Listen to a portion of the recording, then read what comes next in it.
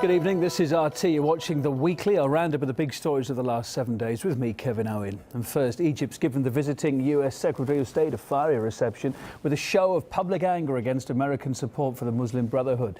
The opposition accuses the ruling Islamists of stifling democracy and sees the US role as unwelcome interference in the country's affairs. Is RT's Bell true?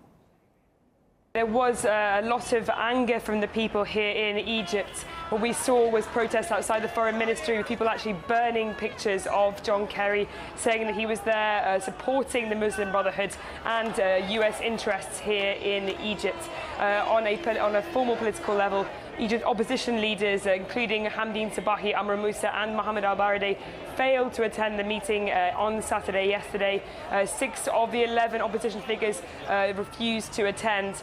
Hamdine Sabahi himself, who of course is part of the National Salvation Front, the leading opposition coalition here, he said that he wouldn't open dialogue with John Kerry as the US continue to pursue their interests here and to interfere at a domestic level. Amr Moussa, for his part, apparently did meet with John Kerry, although we're not sure what was actually discussed.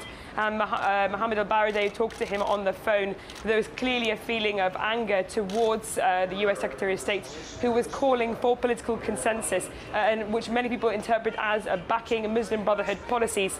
Here, there has historically been a lot of anger towards the US since the revolution. People saw America as supporting Hosni Mubarak, the former dictator, switching their allegiance to the Muslim Brotherhood, and of course pushing forward this very unpopular $4.8 billion IMF loan, which will see subsidy cuts and tax hikes affecting the poorest of society. F. William Engdahl, geopolitical analyst and author of Myths, Lies and Oil Wars, told RT that Washington's starting to realise it may be supporting the wrong side in Egypt. I think there's a double-faced policy in Washington. The backing of the Muslim Brotherhood goes back to the CIA's role in Egypt back in the 1950s, when they saw the Muslim Brotherhood as a potentially useful tool to put in their bag of organizations that they manipulate around the world.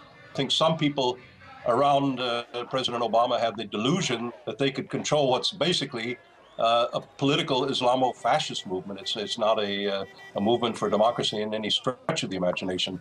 At this point, Morsi is in a life and death struggle because the popular support is not there for this coup, and Washington is beginning to get a little bit wobbly on its support for Morsi for that reason. They're beginning to rethink, I think, and that's one of the reasons for the change between Hillary Clinton and John Kerry, to bring in a new cast of people and see what kind of options there are in Egypt at this point.